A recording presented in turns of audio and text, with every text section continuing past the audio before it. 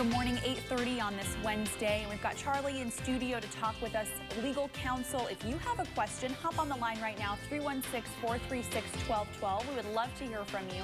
And Charlie, thank you so much for coming in today. Good to be here. We were just discussing before coming on, you and your son and daughter are all three involved in the practice of law, but you handle some different, all three of you handle very different sectors of the law. What do you handle specifically? Well, we're kind of limited to three areas, basically. Okay. And the areas we're in is criminal, which I do, and my son actually does. And then we do a lot of domestic. My daughter does that with another gentleman.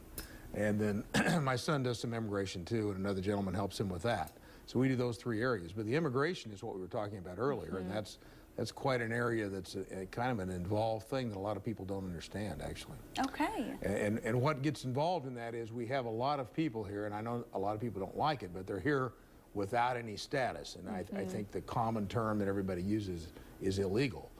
Some of them actually legally came over and then didn't get status to stay. So the technical word is they're here without status. Okay. So what do you do with these people? Some of them were brought over here when they were 3 months old, and they've lived here their whole life.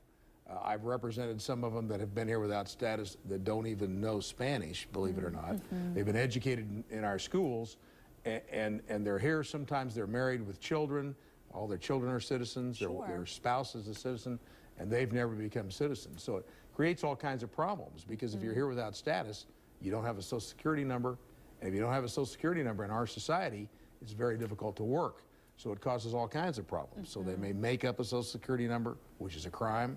They may buy somebody's ID, which is a crime, and try to use it. If the employer finds out that, well, then the employer either has to fire them or turn them in, and it's a crime for you knowingly employing somebody that's using a false Social Security number. So I guess for anyone with questions on those things, they could definitely give you a call. Yeah, and it's a real well, or they can come call the show and ask. It's a really an unusual situation that we have in the United States. I'm not advocating anything other than the problem somehow needs to be straightened out, so we get all this straightened out. And there's a lot of other political ways to do that that people can get into, but well, Charlie, we appreciate the information, and I know it's definitely a sensitive subject, and you know, if you encounter a lot of those, definitely call Charlie with your questions if you have those concerns. It does sound like that we have a caller on the line, probably with a different subject. Caller, you're on the line. Go ahead. Yeah, what would be the best way of going into an eviction docket?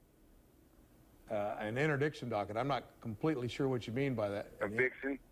Eviction docket. Okay. Well, I mean, if you're getting evicted from your house or the place that you live, and someone sued you for that, obviously the best thing to do would be to pay the rent, and you can stay. If you can't pay the rent, well, then you're going to have to somehow settle that matter. If you owe all the rent and there's no defense to it, then there'll be a judgment, and you'll have to leave. I think the best thing to do is pay your rent. If you can't pay your rent, the best thing to do is get out of the place as soon as you can and get another place. Okay. Charlie, thank you very much. We really appreciate your time. I think we're out of time for this week, but of course we'll have you back next week, so you can always give us a call, of course. And again, 436-1212 next week.